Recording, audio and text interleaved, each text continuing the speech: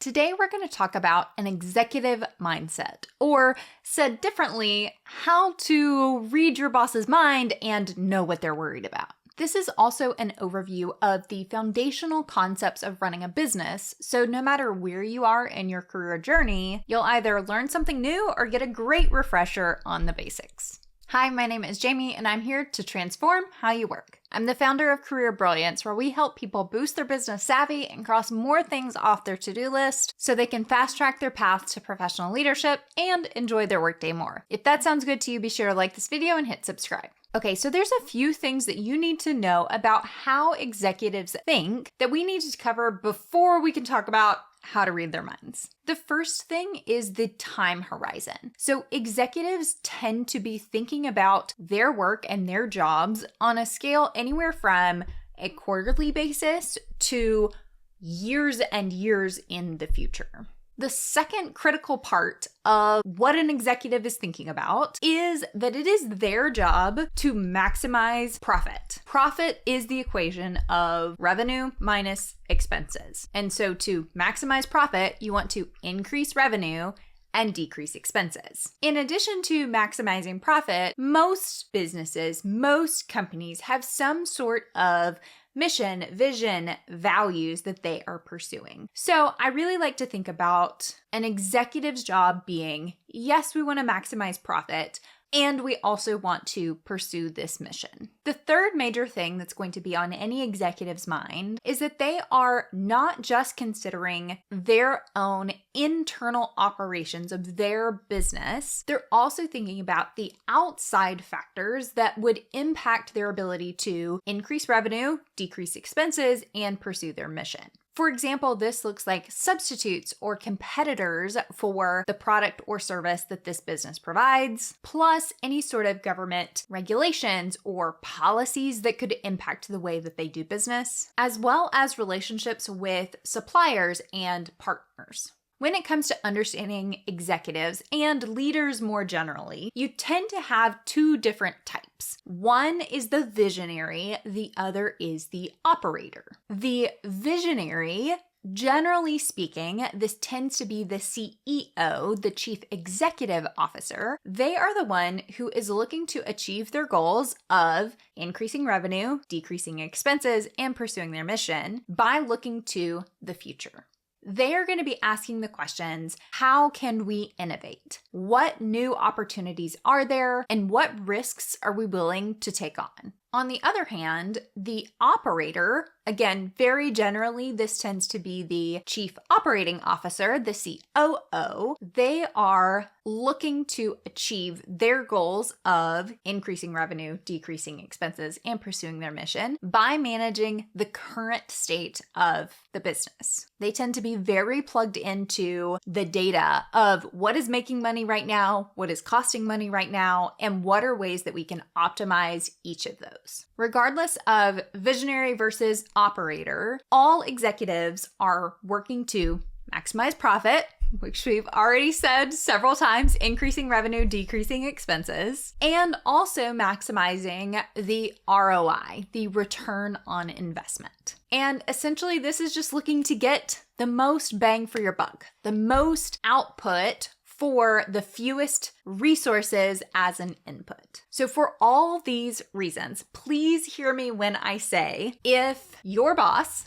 and especially if your boss's boss, is asking for something that feels impossible or unreasonable, yes, that is quite literally their job. If they're asking for something that has never been done before or radically changes the way that you currently do things, and also they want it done in the next 2 weeks, yep, that sounds about right. That sounds like they are doing their job. It is their job to ask for the hyper ideal state, because what if it's possible? What if they can actually achieve it? If they don't cross the line for what is known and what is considered reasonable, then they will never find the true boundary. It is also their job to envision a different way of doing things and ask their team to rise to that challenge and to think creatively about how they could possibly make that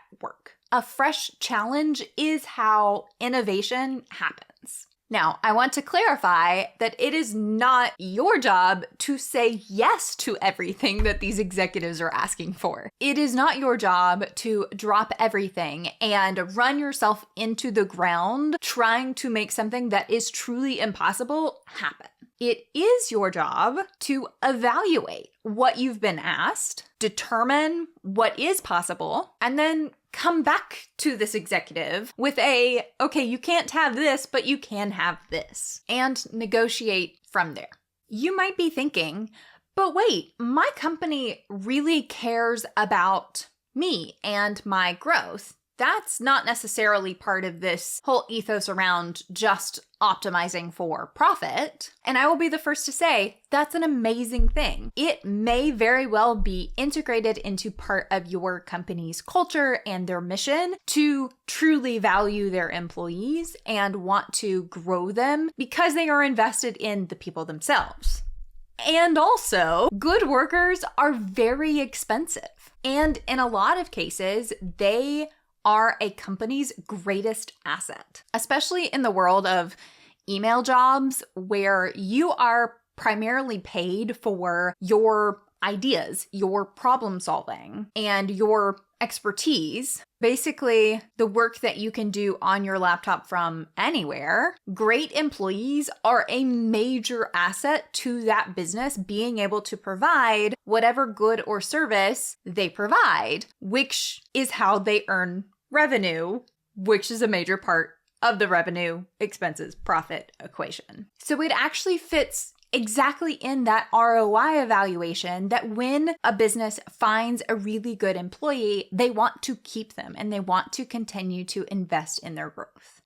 So you might be thinking, okay, great. I feel like I understand where executives are coming from a little bit better now, but how does this actually help me in my daily work? The first place is don't be surprised and please don't take it personally when an executive asks you to do something that feels impossible. That is the push and pull of business innovation. Everything is a negotiation. Again, it is the job of the executive to push the boundaries and to dream up new ideas, all with the intent, again, to increase revenue, decrease expenses, and pursue their mission. It is your job to then respond and tell them what is possible, and even more important, what is actually aligned with those goals of revenue, expenses, and the mission. So that can look like an executive saying, I have this idea for how we can make our product even better. I think it will be great and customers are going to pay us more for this and therefore we're going to increase our revenue. And then you can respond with, actually, we've done a lot of research with our customers and if we increase prices by this much, a lot of them are going to go to a competitor instead. So we actually will lose revenue as a result of that particular idea. Instead, our team had the idea for an improvement that would allow customers to opt in for a slightly higher price tier. Can we consider that instead? Or another example, the executive comes to you and says, I have this great idea for a new product. I want it live 1 month from now. After you evaluate it, you can come back with the response of, given what you've outlined, if we go live with this in 1 month, it's going to be a really bad experience and we might lose customers. We can aim for this going live in 2 months and we roll it out to a beta group of customers first to ensure that this is the right fit before we have a bigger change. Learning how to negotiate in that way might sound familiar. A lot of it is based on the project management triangle, which I have a whole video on, so go check it out.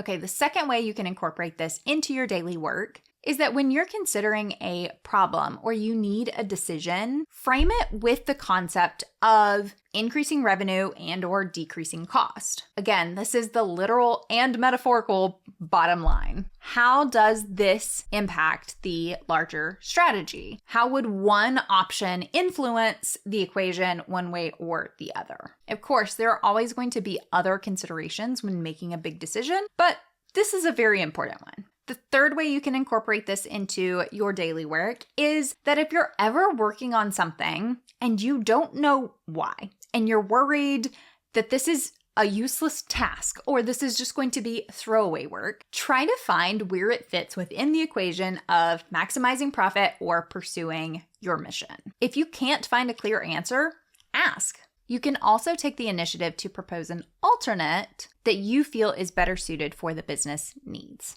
This is also a great way to get promoted, which I have a whole video on, so go watch that. And the last way is to begin to increase and incorporate your awareness of the external factors that are impacting your company. Sign up for news alerts for key partners or competitors to stay aware of developments there. Keep a pulse on legislation that might have revenue or cost impacts for your company. And then start to use this information as you are going about your day, solving problems and making decisions. Okay, this was your crash course in learning how to read your boss's mind. I hope that it was helpful. If you liked this video, be sure to sign up for my free on-demand masterclass, How to Write Emails That Actually Get Answered. It's got even more nuggets about getting into the mind of your executive. The link for that is in the description. Thanks for watching, and I'll see you in the next video.